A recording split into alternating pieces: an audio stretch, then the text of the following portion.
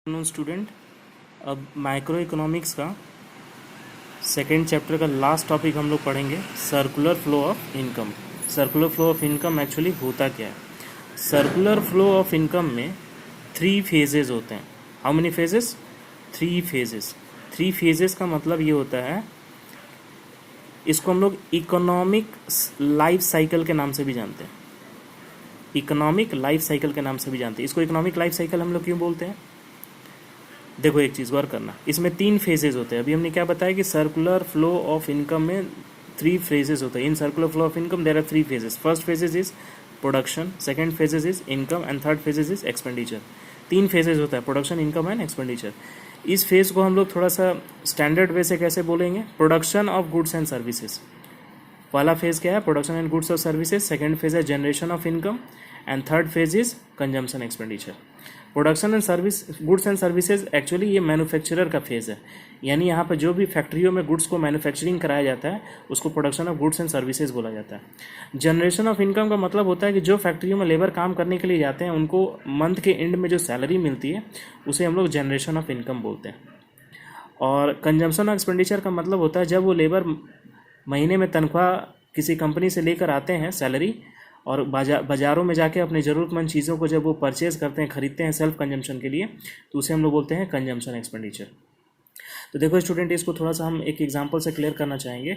Suppose मान लेते हैं कि ये कोई एक बिस्किट की फैक्ट्री है, ये बिस्किट बना रही है फैक्ट्री, और इस फैक्ट्री में लेबर जाके काम कर रहे हैं। तो ये फैक्ट्री एक्चुअली किस तरह का गुड्स बना रही है? बिस्किट।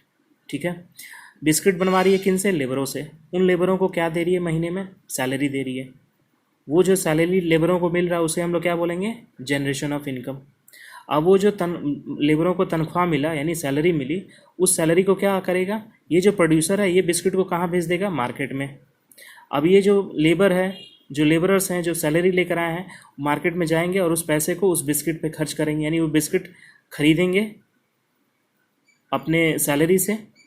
तो उनका खरीदा हुआ गुड्स का पैसा एक्चुअली फिर किसके पास चला गया? प्रोड्यूसर के पास चला गया। फिर प्रोड्यूसर क्या करेगा? फिर बिस्किट का प्रोडक्शन करवाएगा, फिर लेबर काम करेगा, लेबर को फिर सैलरी मिलेगी, फिर वो सैलरी ले जाकर मार्केट में जाएगा। मार्केट में वही गुड्स अवेलेबल होगा जो वो गुड्स का प्रोडक्शन करके आया था। प्रोड्यूसर उसी गुड्स को अवेलेबल करवाएगा मार्केट में, किसके लिए? कंज्यूमर के लिए। कंज्यूमर अपने सैलरी को उसके ऊपर खर्च करेगा, वो पैसा फिर प्रोड्यूसर के पास आएगा। ये सर्कल इसी तरह इकोनॉमिक में कंटिन्यू चलते रहता है, इसलिए इस सर्कल का नाम पड़ गया इकोनॉमिक लाइफ साइकिल। ये साइकिल कभी भी होल लाइफ रुक नहीं सकता, इसलिए एक सर्कुलर फ्लो ऑफ इनकम का एक्चुअली 3 फेजेज होता है: production phase, income phase and expenditure phase. ये फेज प्रोड्यूसर का है, ये कस्टमर का है, और ये भी कस्टमर का है। क्लियर हो गया स्टूडेंट? इस सर्कुलर फ्लो ऑफ इनकम में एक्चुअली 4 सेक्टर होते हैं। सर्कुलर फ्लो ऑफ इनकम में there are 4 sectors. First sector name is household sector, third sector is firm sector यानी factory sector, third is government sector, and fourth is rest of the world. Rest of the world जब भी हम बोले तो ये समझना foreign countries, यानी 4 sectors होते हैं: house hold sector, firm sector, government sector and rest of the world. अभी हम लोग क्या देखेंगे कि सर्कुलर फ्लो ऑफ इनकम जो टॉपिक पढ़ रहे हैं उसमें हाउस होल्ड सेक्टर और फर्म सेक्टर के बीच में ट्रांजेक्शन कैसे होते हैं। ये दोनों सेक्टर को हम लोग इस नाम से पुकारेंगे: 2 सेक्टर इकोनॉमी। 2 सेक्टर इकोनॉमिक में फर्स्ट सेक्टर का नाम क्या होगा? हाउस होल्ड सेक्टर, और सेकंड सेक्टर का नाम क्या होगा? Firm sector. फर्म मतलब सिंपली वही समझना, फैक्ट्री, और हाउस होल्ड मतलब हम लोग यानी लेबरर्स।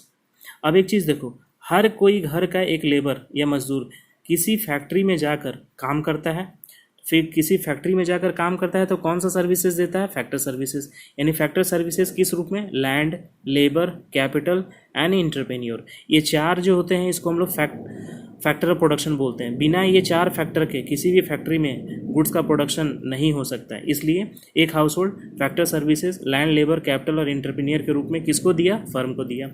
फर्म क्या किया? इसके बदले फैक्टर पेमेंट करता है, क्योंकि एक हाउस होल्ड अगर किसी फैक्ट्री में काम करके आएगा तो महीने में तो उसको तनख्वाह मिलेगी, तो तनख्वाह कौन देगा? फैक्ट्री देगी, यानी फर्म देगा। फर्म जो ये पेमेंट दे रहा है उसको क्या बोल रहा है? Factor payment. ये फैक्टर पेमेंट कैसे देगा? ये जो लैंड फैक्टर सर्विसेज दिया था उसके ऊपर वो रेंट देगा, लेबर जो दिया था उसके ऊपर वो वेजेस देगा, कैपिटल जो दिया था उसके ऊपर इंटरेस्ट देगा, और इंटरप्रेन्योर को सिंपली हम बिजनेसमैन भी बोलते हैं। इंटरप्रेन्योर को क्या कहलाता है? प्रॉफिट। ये 4 जो है इसको हम लोग फैक्टर पेमेंट बोलते हैं। अब इसी 2 सेक्टर ऑफ इकोनॉमिक्स से रिलेटेड जो है एक दो सबसे इम्पॉर्टेंट पॉइंट यहाँ निकल के आए हैं, रियल फ्लो और मनी फ्लो। रियल फ्लो और मनी फ्लो इस दो सेक्टर में क्या कहलाता है? अगर house hold sector factor services firm को दे और फर्म उसके रिटर्न में उसको गुड्स और सर्विसेज सिर्फ प्रोवाइड करे, गुड्स और सर्विसेज सिर्फ प्रोवाइड करनी, यानी इसके सर्विस के बदले में फर्म अगर हाउस होल्ड को सिर्फ गुड्स और सर्विसेज देना, तो वो क्या कहलाता है? Real flow. एक चीज़ याद रखना, यहाँ मॉनेटरिकल ट्रांजेक्शन नहीं होगा रियल फ्लो में, यानी हम जाके फैक्ट्री में काम कर रहे हैं और फैक्ट्री जो है हमको पैसा नहीं देकर उसके बदले में गुड्स और सर्विसेज जब देती है तो उसे हम लोग रियल फ्लो बोलते हैं। और ये एक्चुअली रियल फ्लो किस सिस्टम में आता है? बार्टर सिस्टम में। बार्टर सिस्टम के बारे में आपको नॉलेज होगा कि गुड्स के बदले गुड्स सिर्फ मिलता है, मॉनेटरिकल ट्रांजेक्शन नहीं होते। और इसमें मनी फ्लो क्या है? जब एक हाउस होल्ड सेक्टर किसी भी फर्म सेक्टर में जाके काम करे और फर्म उसके बदले मॉनेटरिकल पेमेंट करे हाउस होल्ड को, तो मनी फ्लो कहलाता है। इसमें मॉनेटरिकल ट्रांजेक्शन होता है, ठीक है। जब house hold sector firm sector को अगर किसी भी तरह का फैक्टर सर्विसेज दे और फैक्टर सर्विसेज अगर गुड्स एंड सर्विसेज के रूप में रिटर्न किया जाए तो रियल फ्लो है। अगर फैक्टर सर्विसेज के बदले फर्म उसको मॉनेटरिकल पेमेंट करे तो उसे हम लोग मनी फ्लो बोलते हैं। ये दोनों टॉपिक बहुत ही इंपॉर्टेंट है स्टूडेंट एग्जाम के पॉइंट ऑफ व्यू से। तो 2 सेक्टर क्लियर हो गया। अब हम लोग आते हैं 3 सेक्टर में। 3 सेक्टर में कौन कौन आएंगे? हाउस होल्ड, फर्म और गवर्नमेंट। तो देखो यहाँ पर हमने 3 सेक्टर का भी यहाँ पर डायग्राम हमने बना लिया है। 3 सेक्टर ऑफ इकोनॉमिक में हाउस होल्ड और फर्म सेक्टर का डिस्कशन हमने ऊपर में कर लिया था।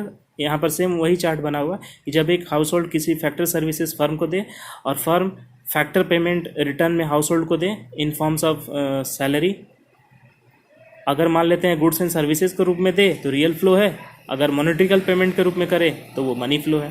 तो हाउस होल्ड और फर्म के बीच में हमने transactions cash circular flow of income को हमने डिस्कस कर लिया। हम यहाँ पर 3rd सेक्टर को आएंगे। 3rd सेक्टर मतलब household, between household to government and between firm to government. एक हाउस होल्ड से गवर्नमेंट के पास मनी फ्लो क्या होता है? हाउस होल्ड गवर्नमेंट को क्या देता है? अपने इनकम के ऊपर टैक्स। तो यानी हाउस होल्ड के पास है, गवर्नमेंट के पास मनी फ्लो होकर आया। और गवर्नमेंट हाउस होल्ड को क्या देती है? गवर्नमेंट हाउस होल्ड को देती है स्कॉलरशिप, पेंशन, ठीक है। तो गवर्नमेंट के पास से हाउस होल्ड के पास मनी फ्लो गया। उसी तरह फर्म और गवर्नमेंट के बीच में क्या ट्रांजेक्शन हुआ? गवर्नमेंट फर्म को क्या देगी? सब्सिडीज़ देगी। सब्सिडीज़ का मानेगा अगर कोई फैक्ट्री चला रहा है तो उस पर गवर्नमेंट कुछ ना कुछ टैक्स का रिलैक्सेशन देती है।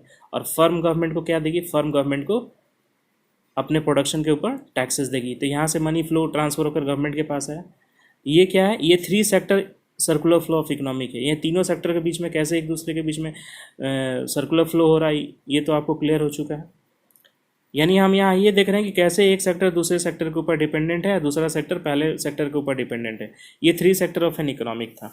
अब आते हैं हम 4th सेक्टर। 4th सेक्टर में ये चारों सेक्टर आ जाएंगे, house hold, firm, government and rest of the world. तो एक चीज़ देखो स्टूडेंट, यहाँ 4th सेक्टर का भी हमने यहाँ पर चार्ट बना लिया हुआ।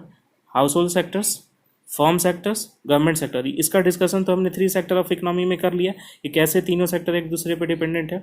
अब यहाँ हम लोग देखेंगे rest of the world. Rest of the world यानी फॉरेन कंट्रीज। तो अब देखो एक स्टूडेंट कि कोई फर्म किसी रेस्ट ऑफ द वर्ल्ड पे कैसे डिपेंड रहता है। जैसे मान लेते हैं हम ये फर्म इंडिया में है और मान लेते हैं ये अमेरिका है। अगर हम यहाँ से कोई भी गुड्स एक्सपोर्ट करते हैं फॉरेन कंट्रीज़ को, तो फॉरेन कंट्रीज़, अमेरिका में करेंसी कौन सा चलता है? डॉलर। तो डॉलर में वो हमें पेमेंट करेगा। तो यानी फॉरेन कंट्री से जो मनी फ्लो है वो किसके पास आया? हमारे फर्म के फैक्ट्री के पास। हम मान लेते हैं फॉरेन कंट्री से कोई भी गुड्स इंपोर्ट करते हैं तो हम अपने डोमेस्टिक करेंसी मतलब रुपीज़ के रूप में हम अमेरिका को पेमेंट करेंगे। तो यानी फर्म से रेस्ट ऑफ द वर्ल्ड को मनी फ्लो गया। तो यानी एक्सपोर्ट और इंपोर्ट के द्वारा फर्म और रेस्ट ऑफ द वर्ल्ड एक दूसरे पे इंटरडिपेंडेंट है। उसी तरह हाउस होल्ड और रेस्ट ऑफ द वर्ल्ड एक दूसरे पे कैसे डिपेंडेंट है? जब कोई भी हमारे देश का नागरिक अगर विदेश में जाकर काम करता है यानी सर्विसेज देता है तो फॉरेन कंट्री उसको पेमेंट करती है। तो यानी फॉरेन कंट्री से मनी फ्लो होकर हमारे पास आया, हमारे कंट्रीज़ में। कोई भी फॉरेनर अगर फॉरेन कंट्री से आकर हमारे कंट्री में सर्विस देता है तो हमारी गवर्नमेंट उसको पेमेंट करती है। तो वो पेमेंट कहलाता है domestic currency, factor payment of India from domestic currency. तो यहाँ पर हम लोग ये देखेंगे कि एक फर्म एक रेस्ट ऑफ द वर्ल्ड के साथ कैसे कनेक्टेड है और एक हाउस होल्ड जो है वो रेस्ट ऑफ द वर्ल्ड के साथ कैसे कनेक्टेड है। तो स्टूडेंट हमने इस वीडियो में ये देखा कि circular flow of income actually होता क्या है। इसके 3 फेजेस होते हैं और इसमें 3 phases circular flow of income में 4 सेक्टर्स होते हैं। इसमें हमने सेक्टर को 3 डायग्राम के थ्रू पढ़ा, 2 sectors, 3 sectors and 4 sector. 2 sector में हाउस होल्ड और फर्म थे, 3 सेक्टर में house hold firm and government थे, और 4 सेक्टर में house hold firm government and rest of the world थे। ये सारे में हमने ये कॉमन चीज़ देखा कि हर एक सेक्टर दूसरे सेक्टर पे इंटरडिपेंडेंट है, एक के बगैर दूसरे का काम नहीं चल सकता। आई होप कि ये वीडियो आप लोगों को समझ में आएगा। Thank you very much.